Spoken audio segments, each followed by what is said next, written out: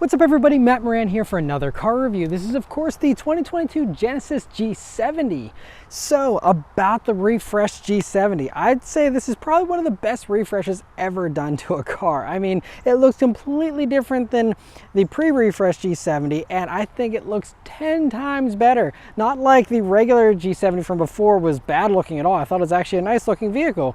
But this is really a stunner. I mean, look at just the way it looks. I was kind of shocked too. It looks so much longer than before, but actually the length is identical to the pre-refresh version. I don't know how they pulled that off, but it's some visual trickery, I guess, because it looks gorgeous up front here. So it's adopted a similar theme to other new Genesis models where you have the two stripes of lights there in the front, and in this execution, it really looks striking. I also love that new grille. I know some people don't love it. I think it looks really cool and you know, adds a nice bit of aggression while still staying classy and not going just scary with the aggression. I just think it looks really good there. And this is, by the way, the Sport Prestige model.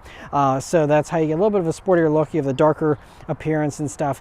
But yeah, I mean, that looks just striking up front in my opinion. Coming down to the sides here, it also, you have these new wheels that look really nice. And again, on the sports trim here are these dark wheels. You also have some dark finishes around this little new fender vent. Now, they had always had a functional fender vent in the past G70s, but it was a little bit higher up and different looking. This one's lower and helps to relieve some of the air pressure there behind the front wheels. And then going out to the back there, it also just still looks really, really good. Completely transformed though, again, even though you have what's basically the same taillight cutout as before, completely different look to the taillights there with the little body colored piece splitting up those two little taillight elements to further reflect what you get here in the front. And also the trunk lid looks really nice too. I like the integrated spoiler there and just the new look to that. And even this nice little details, like you have the little mesh appearance to the lower part of the rear bumper there, just with the design of the plastic. And you have, you know, the oval exhaust tips that look really nice. And so overall, I think they just did a awesome job blending both elegant beauty and aggression and sleekness all wrapped up into one very nice compact sports sedan. And I would have to say, in my opinion, this is hands down the best looking vehicle in this segment currently. It just looks so, so good. All right, so let's start up and go for a drive. The G70 here has the new Genesis key now, which is a really nice upgrade. And I really love this key. It's nice and thin and just has some nice metal trim on it here. And yeah, just a really nice key. But of course it is keyless access, keyless entry, and push button start here in the G70. So you just leave the key in your pocket, hit the engine start button, and it starts right up. Also, if you're curious to hear about the interior in the G70, my wife and I actually just did a full in-depth interior review on the 2020 G70 last year. And so this one is basically the same, so I'm not going to do an entirely new interior review, but there are two large changes here you'll notice right away in the new G70.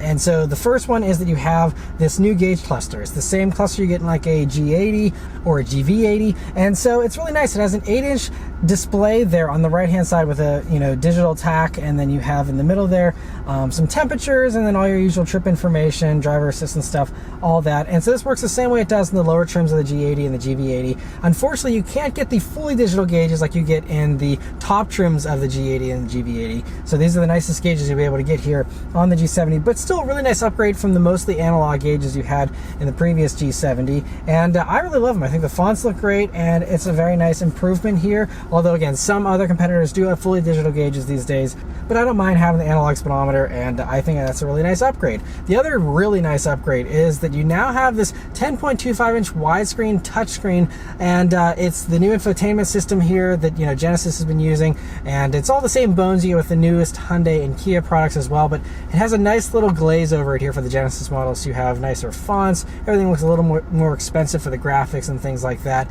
And so I really like the way that it looks. I love the backgrounds you have, and you know, even just like the radio setup is really cool with, you know, all the different little animations you have. And I also love that they still have retained a volume and a tune knob. Most others do have a volume knob still, but most others do not have a tune knob these days. I love having the tune knob still.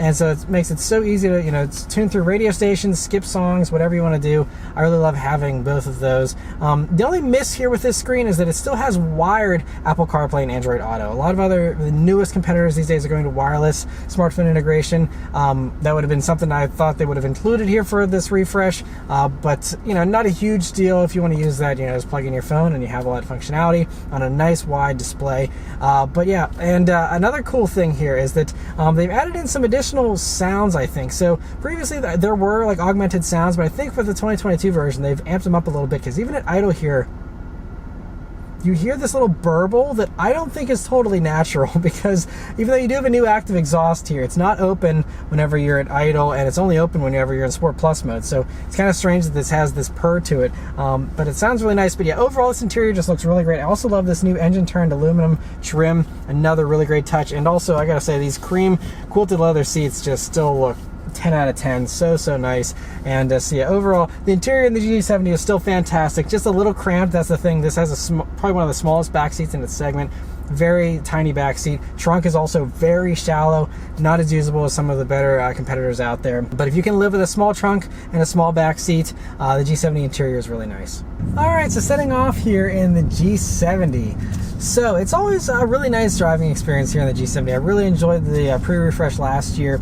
And you know, most of the same driving dynamics will still be intact. Or mechanically, it is very, very similar to the old car. You just have a new active exhaust, there's a new Sport Plus mode, and that's basically the extent of it. Now, they did retune the suspension, the adaptive dampers and stuff, especially for that Sport Plus mode here. So we'll be testing out all that stuff here in a minute. But the first things you notice immediately are that you have a really good 8-speed automatic transmission. It's made in-house by Genesis and Kia and Hyundai. They all use this transmission, and it's really well done in these applications with this twin turbo V6. So you have instant throttle response. There's no kind of roughness. It's very smooth, but yet it shifts pretty quickly, as we'll show here out on a road. But also the brakes feel really good. Now this one does have the optional upgraded Brembo, so that is something you get with the Sport Prestige package. And so you have these nice large red Brembo brake calipers, and you do have a good amount of dead travel to the brake pedal before it starts braking hard, but that makes it pretty easy to be smooth with.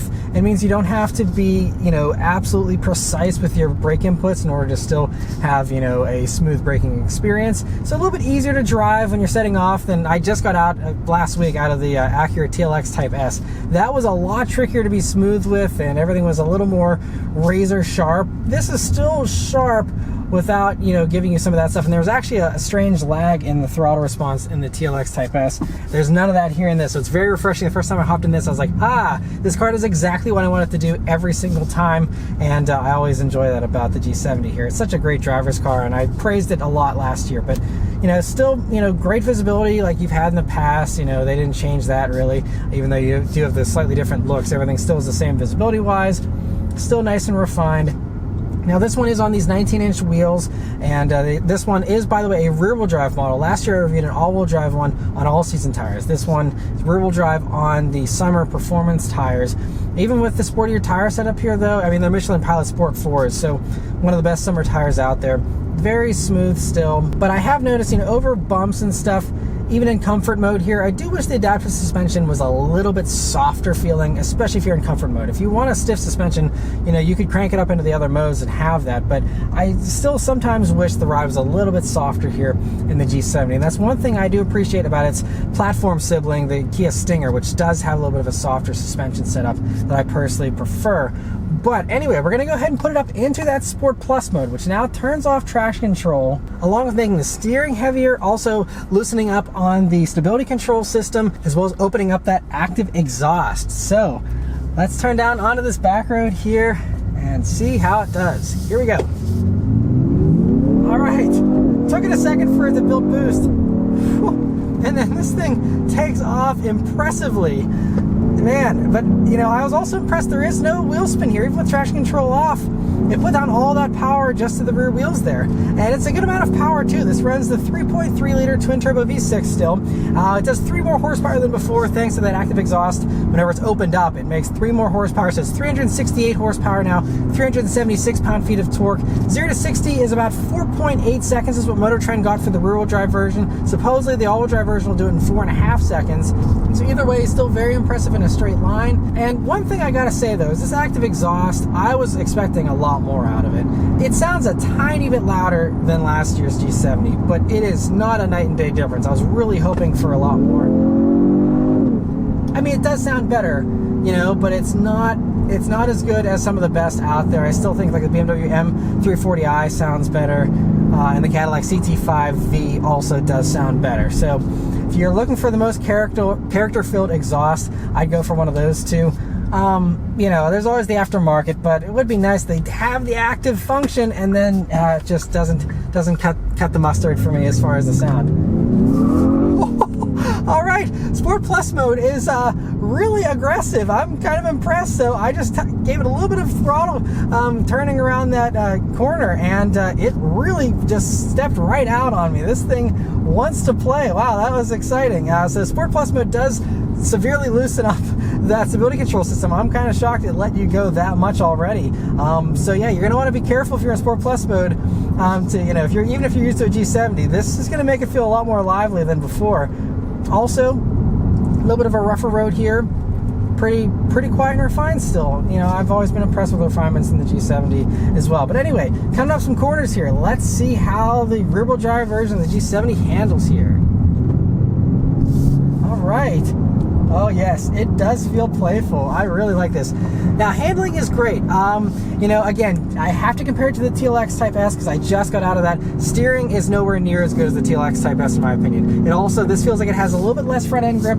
It feels a little actually more nose heavy than the TLX, which is crazy because this weighs probably almost 500 pounds lighter than that TLX Type S. Admittedly, this is rear-wheel drive, that's all-wheel drive, but even with the all-wheel drive setup in the G70 here, you're still coming out a little under 400 pounds lighter than what you would get with that TLX Type S. But anyway, you know, it still handles itself very, very well. It still, I think, handles better than, you know, some of the others out there in this segment. And now I haven't driven the revised version of the Stinger, but I will say the rear-wheel drive Stinger that I reviewed a good while back, a few years ago, that definitely was not as so happy as this is. Now you have a little bit of a shorter wheelbase here on the G70 over what you get with the Stinger, so it's going to give you a livelier feel no matter what. And I noticed that even last year, but this is even livelier yet, and so makes this feel a lot more fun and just makes it that, you know, so that you can just have a little bit more edge, and there's a little bit more driver skill involved, at least here in the Sport Plus mode. And you know, even though the dampers are in their firmest setting here in the Sport Plus mode,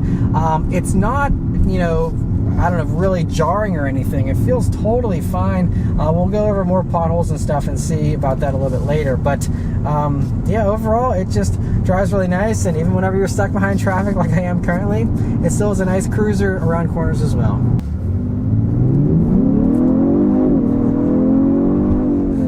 Man, yeah, this thing really takes off so well. And I'm also noticing it feels very eager. So even whenever you're just cruising along, you know, and you just simply, you know, want to make a pass or something, it just steps right in and takes off on you very, very well.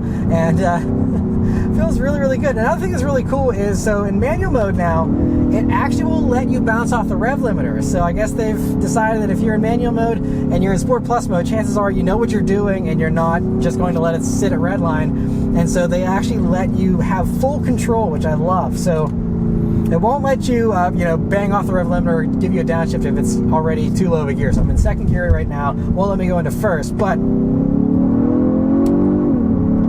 yeah, this thing, oh man, it pulls so well. This feels strong, and again, I have to compare it to the TLX Type S I just drove, since so many of you wanted me to compare these two. And I gotta say, this definitely feels like it pulls stronger. Now, it's a smaller, lighter little car, so whenever you have about 10 more horsepower than what you get with that TLX Type S in a smaller, lighter package, it's going to, you know, it's just the way it works, it's just going to feel stronger. Now, by the way, the curb weight, if you're curious, is about 3,775 pounds here for rear-wheel drive version. It's about 110 pounds heavier for the all-wheel drive one, but still under 3,900 pounds for that one, which is great. that time wanted to get a little squirrely on me almost.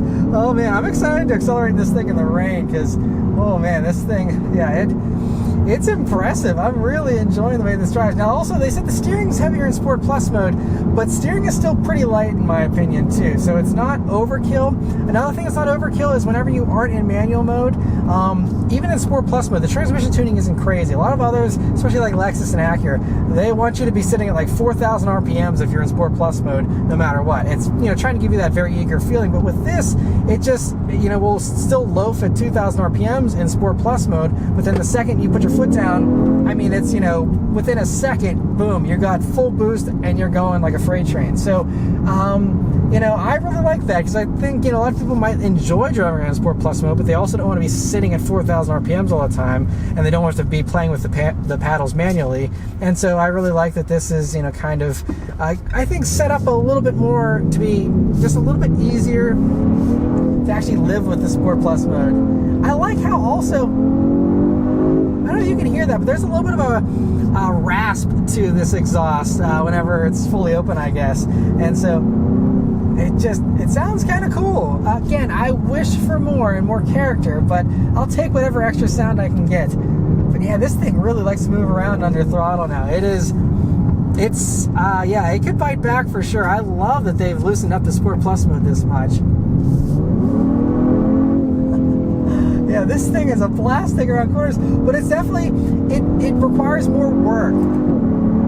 So it definitely requires more work than the TLX Type S. The TLX Type S, it was like easy to, you know, slice and dice a back road. I mean, it was so good, and it was mind-blowing to me just how good it was and how easy it was to go so fast.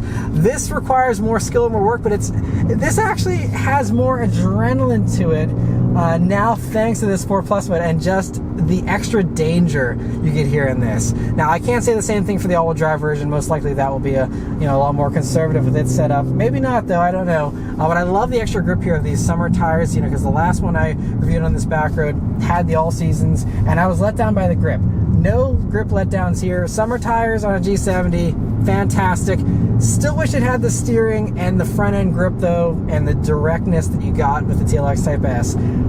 So I think I still enjoy, I'm still more impressed by the TLX around a corner, but I'm probably having at least as much fun, if not even slightly more fun in this, because I'm doing more work to do that speed. This requires a little bit more out of the driver, and as someone who enjoys actually driving, I kind of like not having all the computers figure everything out for me. This is kind of fun, kind of doing a little bit of it on your own. But again, you still have that safety net of that Sport Plus mode, so it's not like I'm, you know, driving this with stability control completely defeated or anything. But, you know, I'm able to still enjoy some of that tail-happy antics, and it doesn't immediately cut you off like some other nannies do in other vehicles. So really love the way they set this up for this refresh. So everything about this G70 just got better with this refresh. I like the regular G70. It's, you know, still going to drive largely the same, but I really love all the upgrades here, that even if I had a current gen G70, I'd probably be tempted to upgrade to this refresh version, because there's just so many really nice improvements here. But yeah, so it's still in Sport Plus mode, hitting potholes, and this road's a little bit on the rougher side here, and yeah, still very livable. So we'll go ahead and pop it back into comfort mode, hit some more potholes here. And honestly though, I do wish this adaptive suspension made more of a difference, because the difference between the razor sharp Sport Plus mode and comfort mode, if you blindfolded me, I don't even know if I could tell you the difference between the two. It's really not as noticeable as it is in like the TLX or some other, you know, vehicles probably in this segment. It's just set up to be, you know, a firm and sporty, but still a luxurious ride all of the time, basically. So a little bit of a more distinctive exhaust and a little bit more variation to the adaptive dampers. Those are the only two things on my wish list here for the G70 so far that I can tell. I also love how even in comfort mode here, it's still very fast to respond. You don't have to be up in a sport mode for it to immediately do what you want it to do. And there's also that little button for an automatic kickdown on the bottom of the gas pedal. So whenever you actually are floored all the way, it will, you know, that gives it the immediate signal, hey, like, give them everything, you know, and it's kind of nice that it has that as well. But But this engine too, it's so luxurious, in addition to just the fact that it's so, you know, punchy whenever you're trying to drive fast. Even when you're not trying to drive fast, it's just effortless to merge onto the highway, to pass people, all that kind of stuff. It does so well. And so now we're out on the highway here, and there are a couple little extra safety features they've added here for the G70s to make it even better as a daily driver. So you now have the blind view monitor here, so it'll display an image from the cameras of what's going on in your blind spot in that digital portion of the cluster. That's a very nice little feature to have. You also still do have the standard blind spot monitoring sensors and lights there, so you still have that as well. It'll also display your blind spot warning up in your head-up display as well now. And then you also have the highway drive assist now here. This system has been kind of hit or miss in the past for me. There's been some times where it's worked very well, other times where it hasn't. I know most other reviewers absolutely love this system and think it's one of the best out there. I don't think it's that good, but we'll test it out here in the G70, see how it is. So it's doing a pretty good job of staying in the lanes. And this is something I will continue to be testing here during my week with the G70. But so far, it seems to be doing a pretty good job. It was wandering there for a second, but it is picking up the road lines very well here and doing a good job with all that. It is making some extra steering corrections, and it feels a little more nervous, but it's doing it. It's doing it pretty well. And of course, you are supposed to keep your hands on the wheel, and it will give you a warning if you don't after, I don't know, 10 seconds or so.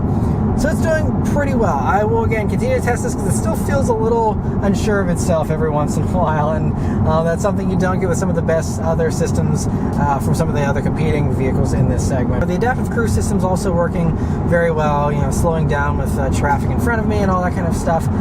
But yeah, definitely stay tuned. I'm going to be driving this vehicle for an entire week thanks to Genesis. So I'm going to drive all over the place, continue to test this highway drive assist in this vehicle, and then I'll come back and give you guys my final real-world impressions as well as my real-world fuel economy here in the G70. It was pretty thirsty last year when I drove the 2020. We'll see how this one does. Shouldn't be much different, but we'll see anyway. Be curious to see if it's consistent with its pretty low fuel economy. And then I'll also give you guys my thoughts on the pricing and its competition.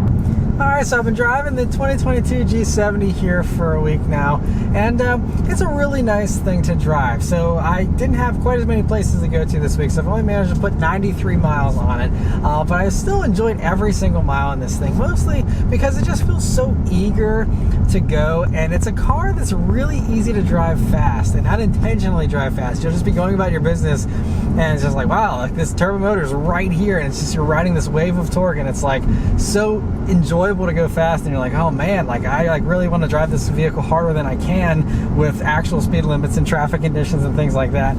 It's just one of those types of vehicles that you just want to push it harder and harder because it's just so rewarding the more that you push it, and it's really an enjoyable experience. A couple other things I wanted to add real quick are that I tried out the highway driving assist more and more on the highway during my week, and it actually worked really well this time. There wasn't any sketchiness or dartiness like I've experienced in past Hyundais and Kias and Genesis models. So it did do pretty well this time. So I'm hoping that maybe, you know, here with the 2022s, they've improved that a little bit more, or I just had a better experience this time than I've had in the past. But regardless, it worked well. Another thing though that wasn't super great was, you know, I'm now putting a baby seat in the back seat of all the vehicles that I'm driving around, and so it doesn't fit a car seat great. Now it will fit, but if you have anyone sitting in the passenger seat up front there, they're gonna have to be pretty short. So with the seat in its position so that there's enough clearance there for a rear facing car seat, me being 5'9", I was able to just barely fit, but I had maybe an inch space between my knee and the glove box there. So, you know, if you slouch at all, or if you're anything taller than 5'9", or even if you just have longer legs or, you know, a different torso setup than me, you know, you might not fit great. So if you are planning on putting a baby seat in this vehicle, I would definitely, you know, put it in at the dealer, make sure that your passenger does fit and that, you know, it all works. But yeah, just, you know, wish there was a little bit more space there for the back seat. One thing though that is interesting I noticed during my week, and I think I noticed this also whenever I did the 2020 review last year, but the gas tank in this vehicle is 15.8 gallons, so it's not like it's a tiny tank or anything, but this thing, like the gas gauge moves so fast. I mean, 93 miles of driving here, and I'm close to like a half tank of gas already. I mean, it's kind of crazy, and I haven't been getting horrendous fuel economy either, because as far as fuel economy goes, these are rated at 18 mpg in the city, 27 on the highway, and 21 combined, and I've been getting 18.2 mpg, so I'm actually doing a tiny bit better than the city rating, which typically I actually get 1 to 2 mpg less than the city rating in most of my reviews whenever I'm just driving around doing my errands and stuff. And so, you know, the fact that I'm getting a little bit better here in this, I'm actually kind of happy with. You know, it's a little bit better fuel economy than what I was getting in the TLX Type S. I mean, 18 mpg is still nothing to be proud of, really, but it's also not terrible. And, you know, for the kind of power and performance you're getting here in this vehicle and all the luxury stuff and all that, you know, so but man, I love the way this thing goes around corners, and I absolutely love driving this car. This is a car I could very much see myself owning one of these if it wasn't for the small backseat and the small trunk, because it's just so enjoyable to scoot around in. But you know, it is worth noting, you know, I'm going to get into pricing here in a minute, but you can get a Kia Stinger GT for about the same price if you do need more practicality. If you want a little bit of a bigger backseat and you want that large hatch of the Stinger, yes, it's heavier, yes, it's a little bit bigger, and you give up a little bit of handling edge over the G70, but not as much as you might expect.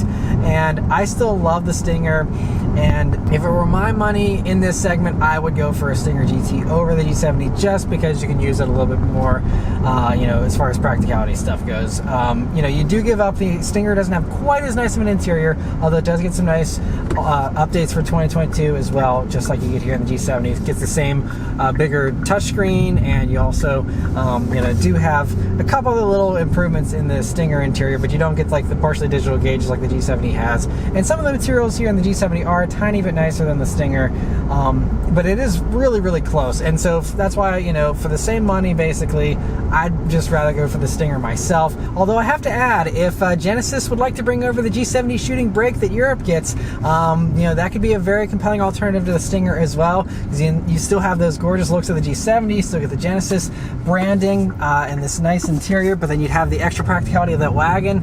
That would be really awesome, but unfortunately it sounds like that G70 wagon is only for Europe for now, but maybe fingers crossed someday it'll come here too.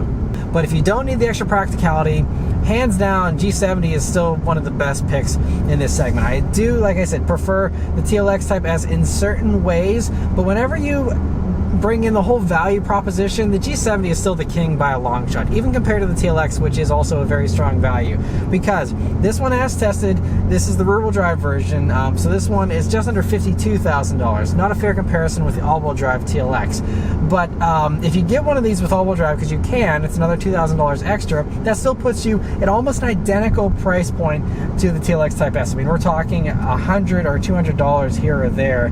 Otherwise, I mean, it's basically like the same exact price for the two with all-wheel drive. And you do get some stuff in this that you don't get with the TLX Type S. For example, you get the head-up display, you get the real full Napa leather instead of the partially Alcantara, partially leather thing in the TLX Type S. You get a heated steering wheel here in this. You know, there's a few of these, you know, nice little perks that you get, and it's also worth noting that you can get these bigger engines without going for this Sport Prestige package. You can go for a lower trim, and then you can get these even, you know, in a cheaper form and further undercut the TLX Type S if you're okay giving up the head-up display and a few of those other tech things. You know, make it actually a little bit more close to being a comparably equipped one to what you get in a TLX Type S, and then you still come out, again, thousands even less than the TLX. And I mean, we're talking over 10,000 less than all the German competitors, which is really what Genesis is going for. They're trying to compete with all those German vehicles, and this will keep up with them. It's so thrilling. It's still so fantastic. And yet you're saving so much money. And, you know, I don't really get the whole obsession with brand prestige and stuff. I think, you know, it drives great, it looks great, it looks actually better than most of the German competitors in my opinion. You have just as nice of an interior, if not nicer, in some areas. And yeah, I don't know. I don't see any reason to go for the Germans. This also, believe it or not, actually depreciates less than the Germans. Those German luxury vehicles are horrible with their depreciation.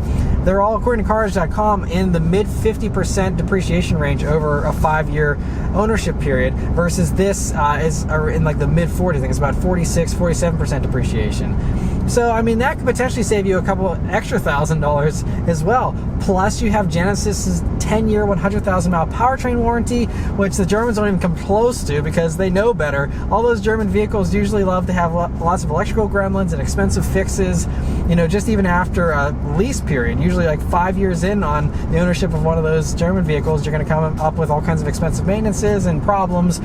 Versus the Genesis, at least if you did have a problem, I mean, I think they're more reliable than the German stuff probably, but even if you did have a problem, at least powertrain-wise, you have that warranty there to back you up for 10 years or 100,000 miles.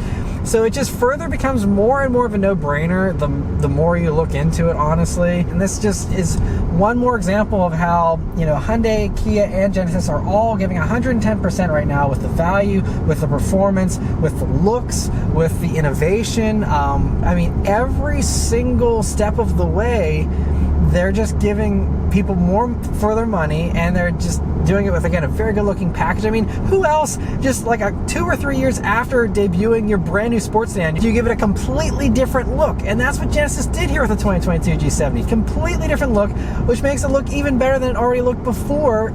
It just, you know, it's unheard of to do these huge improvements, huge new touchscreen, you know, new gauges, all these big changes just after a couple of years. That's the kind of 110% kind of mentality that you're not getting with all the other competitors, which take forever and a day to do any kind of changes, and they take their sweet time, and it's all, you know, little evolutionary things. Genesis is flipping the whole thing on its head and being like, no, like, we can give everyone all these innovations, and the next model year we can, you know, incorporate all the things in the parts bin, give it our best. We don't have to hold back for some silly reason. You know, they're giving it their all, and I just respect them so much for it, and it shows in their products. It's fantastic from every single way you look at it, in my opinion. So yeah, that's my little love letter to the G70. It's a fantastic car for sure.